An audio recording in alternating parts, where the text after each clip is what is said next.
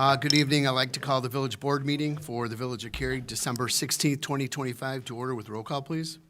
Collier, Here. Dudak, Here. McAlpine, Here. Persina, Here. Walrath, Here.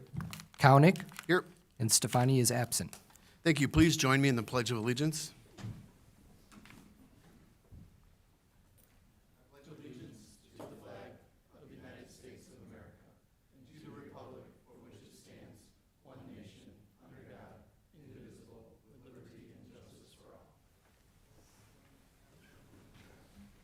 Can you check, Nick, can you check the sign in? Now moving to the open forum where the public is invited to address the village board about any issues not otherwise on the agenda. If public comments are made, we ask each speaker to limit it to 3 minutes.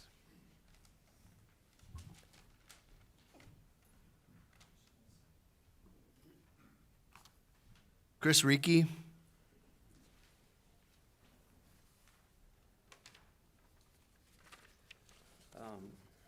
Chris Reiki, 446 Lloyd Street. I have a question. That 1% sales tax was told that it was said that it was going to go towards municipal roads, streets, and sidewalks.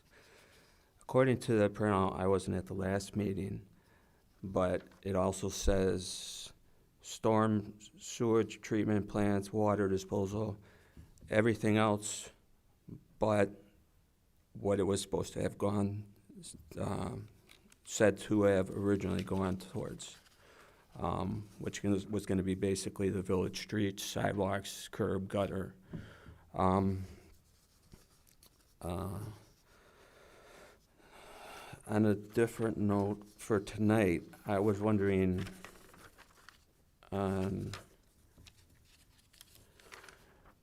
when it comes to the CPI and the new growth sales tax, would you be able to explain that? I got it printed out, but would you be able to explain that a little bit more into great detail? If you could do that for me, Yeah, please. when we call that on the agenda, we'll go into, our finance director is here, she'll go into it in complete detail. Okay, because I printed it out, but it's all, so if you could do that, please. Sure, thank you. I cannot read the next, it looks, is it Scott? Somebody's got a phone number that's 312-927? Oh, that was me. Sorry, I thought there was just a sign-in sheet. Oh, okay. I couldn't read your writing, like, it could be anything, could be Sean, I don't know. But if you're just here to enjoy our company, welcome. Al Tuman?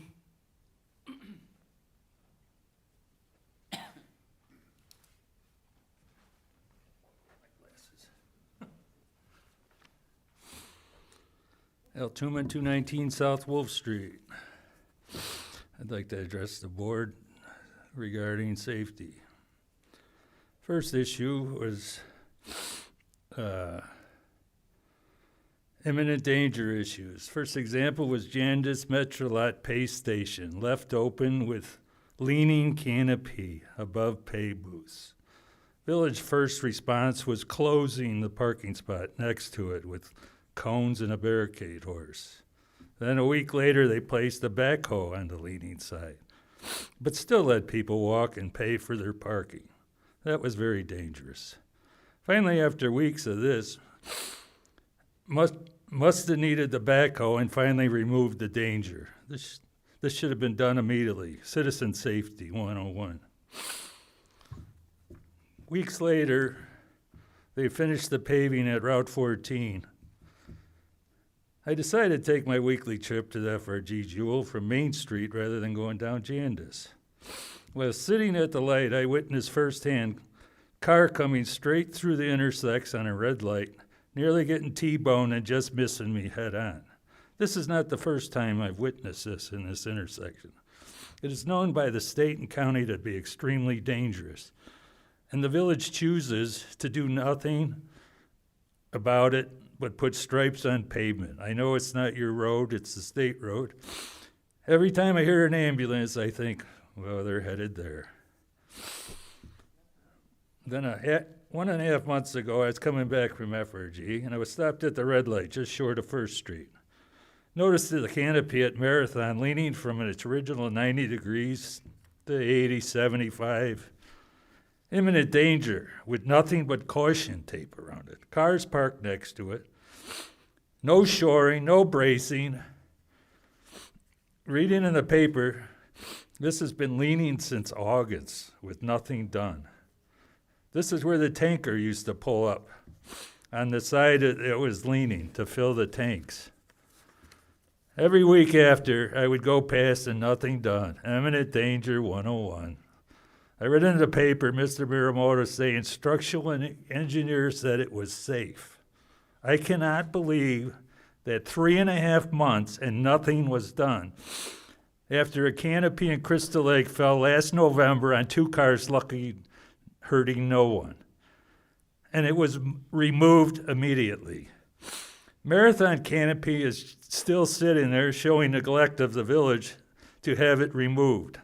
Shut down the business and get it cleaned up. Embarrassed to see this day in and day out. A near miss that shouldn't have happened. In construction, imminent danger is dealt with daily, not 3.5 months later. I was a carpenter for 40 years. We dealt with it every day. You took care of the business.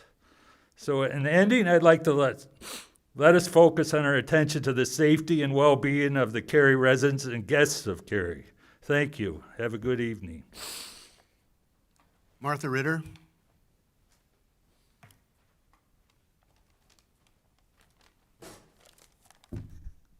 Martha Ritter, Cary. I figured it out. It doesn't make the difference if you come to a meeting or stay at home in your pajamas in a warm house. You get the same answers. None. This is the last meeting where Cary will look like a small town. This time next year, I will have 3,000 new neighbors, turning it into Palatine. If I could have one wish for Christmas, it would be to take Cary back to 1980s where there were no luxury townhomes, condos, or apartments. Why does every new development start with the word luxury? Ask me how. I know that no, not a single one is luxury. Thank you.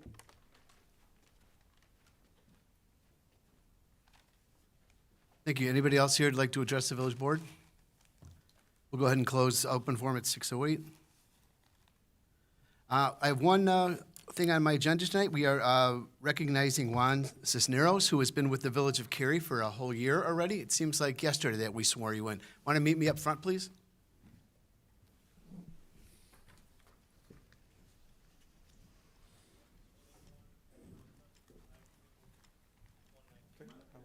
We took down the barricades. Just for you. Congratulations on 1 year. It's been great. Juan is one of our recent lateral transfers with our police department. Several years ago, the village board made the decision to allow lateral transfers to help us bring more senior tenured officers into our agency to help bolster up and mentor the young force that we have right now. So he's been treated. I see him around town all the time, usually with his lights on behind someone. Just saying. I'll turn it over to the chief. I say Officer Cisneros came to us well seasoned. He was in an area police department for over 20 years, and through that agency, he was a lead homicide. He had lead homicide experience. He was a juvenile officer, evidence technician, breath alcohol testing operator. He had advanced impaired driving certification. He was a field training officer. He's a drone pilot, and he had some officer in charge experience, number one. And then in August, we sent him to 2nd Division Motor Vehicle Enforcement course, so we can keep him even busier on Route 14 and on Cary Algonquin Road. But Officer Cisneros serves as a very good example to all of our younger officers in regards to his, as you indicated, his activity. Thank you very much. You can see your support here by your Deputy Chief Nadenoff and some of our men in blue back there. So thank you very much for supporting him, and congratulations. We have a small token of our appreciation. Thank you, First Chief. Thank you. Can we get a quick picture?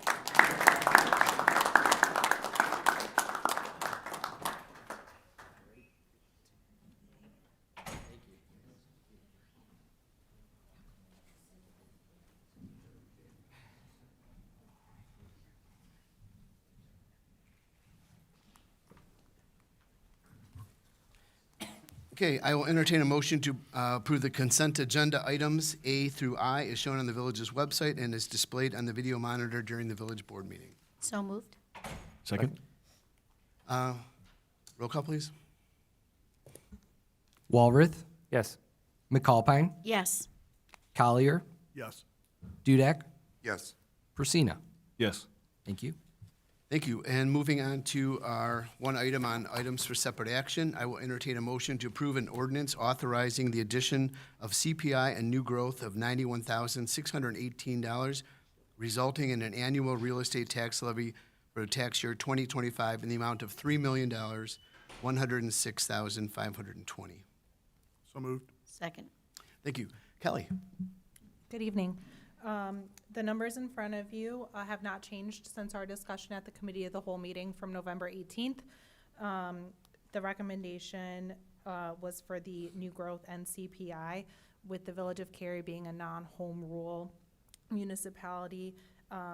That's defined as PTEL, and it limits the increases that the village is able to request for property tax extensions. So we are limited to that new growth, which is any new growth over 2025 for the Village of Cary, and then CPI for 2025, which was 2.9%, which is how we got to that 3.04% increase from 24 to 25.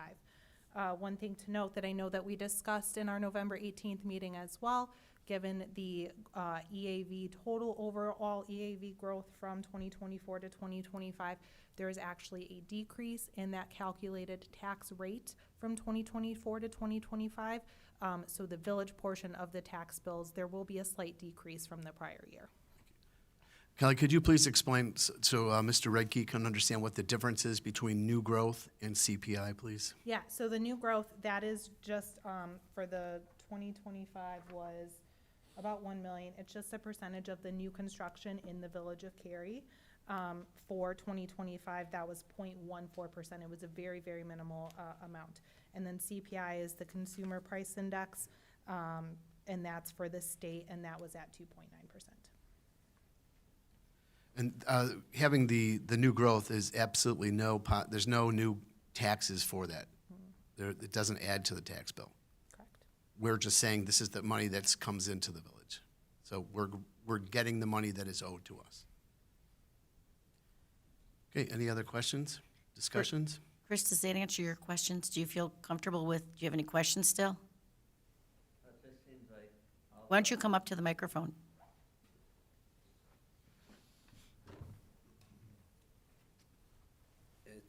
It just seems like there's always, everything it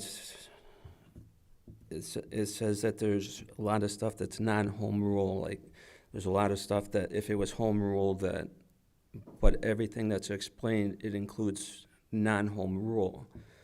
So seeing that we're a non-home rule, it's like you're trying to bypass doing it this way so you can figure out how to add money on. I don't know how to explain it. Well, let me explain that because we are a non-home rule community, we are bound by what the state statutes allow us to do, and that is new growth and CPI. The CPI is set by the state, not us. They calculate what we're able to take. If we were a home rule community, we could do what we want. If we needed extra money or we didn't need money, we would be able to go over that amount. But since we are a non-home rule community, we are bound by what the state statute says, and that's only new growth and whatever the CPI, that's determined by the state. Okay, it just seems like you're trying to, I know you said that you're not gonna pass a tax levy or anything. It just seems like all the CPI going through this, it's like, well, this gives us a way that we can take money to pay more into the village from the tax. It does. It does do that. The CPI gives us more money because we have bills to pay. We have employees that we have to pay. All of our expenses go up. If we didn't take any of this new money, we wouldn't get any new money. So we would just use what we already have. And the amount the new money that we're bringing in with the CPI and the new growth, it's only $91,000. Think about that. When you look at what our total tax ask for as a municipality to our residents is $3.1 million. That's it.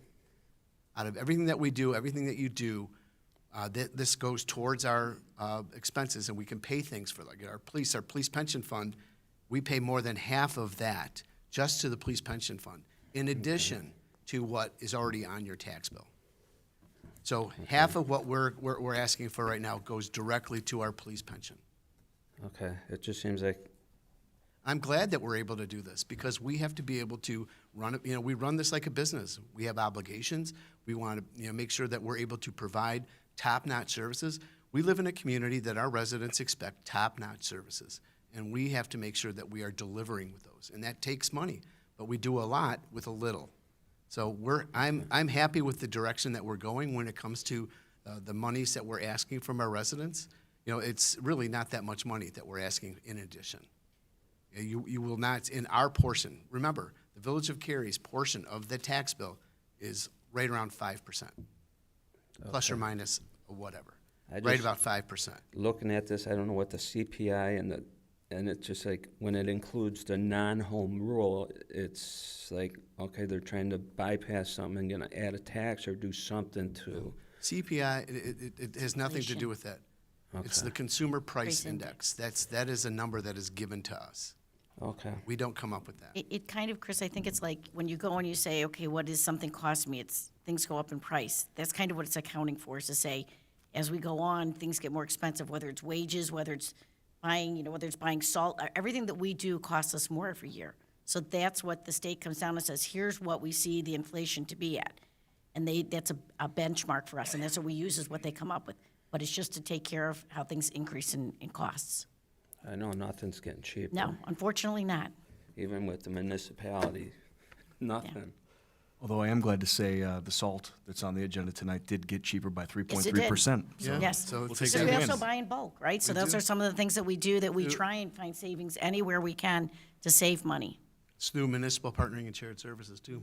We work together, drive down the cost of business. Any other comments from the board? Roll call, please. Collier, Yes. McAlpine, Yes. Walrath, Yes. Dudek, Yes. Persino. Yes. Thank you. Thank you. Moving to the village staff update, Assistant Administrator Radcliffe.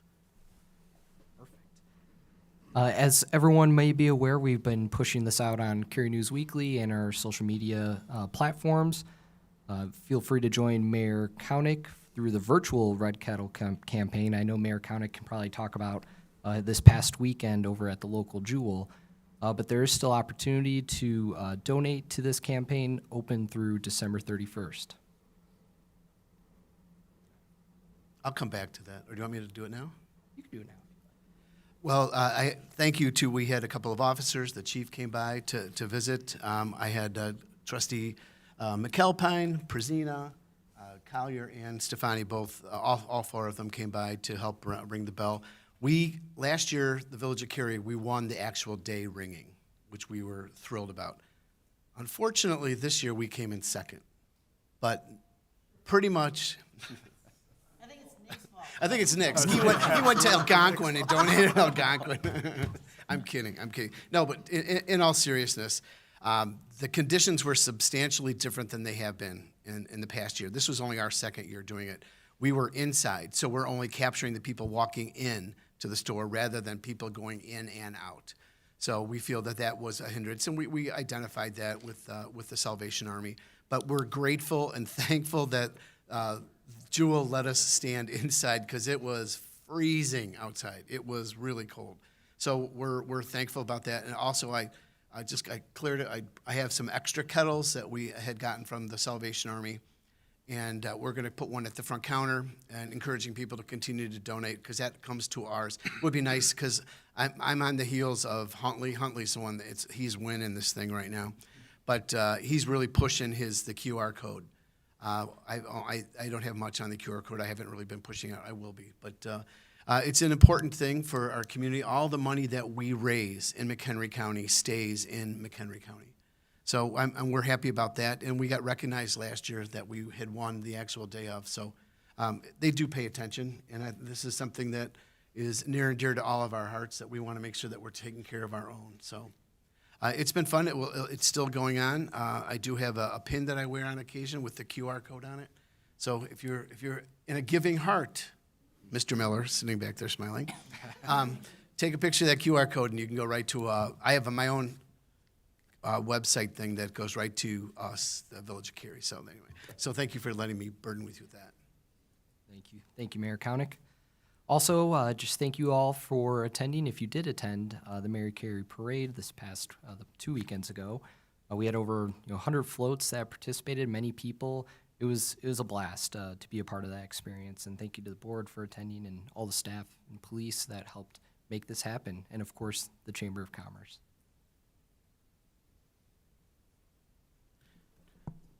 That's you.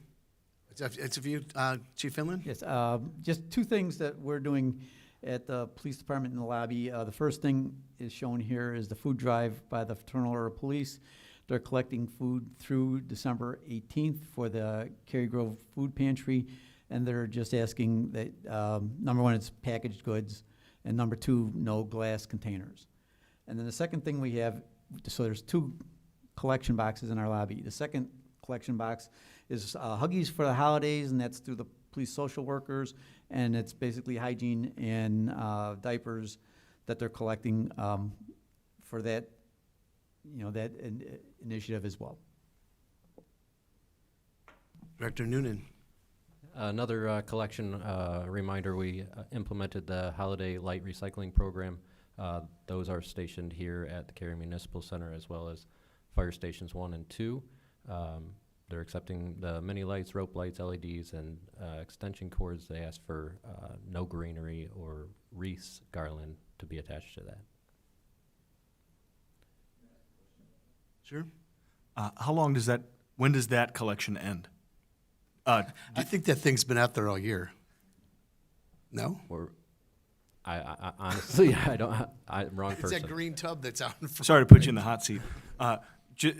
Mine are still up, and at the end of the year, if there's any that are failing, just wondering, we'll figure out when that closes out.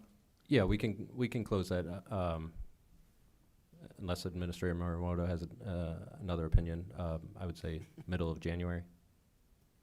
That's perfect. That works. And then some exciting news. We had an open house to try and gather information of what we were looking for, more of a master plan at Rotary Park. Another QR code you can scan here is a survey that we have out after our open house. We're trying to get as much input from the public, what we'd like to see at Rotary Park. So tell your neighbors, friends, people who frequent Rotary, people who've been to Rotary and are looking for something maybe that they didn't see there. So we're hoping to gather all of that information prior to December 18th, and we'll be moving through more of a conceptual design at that point.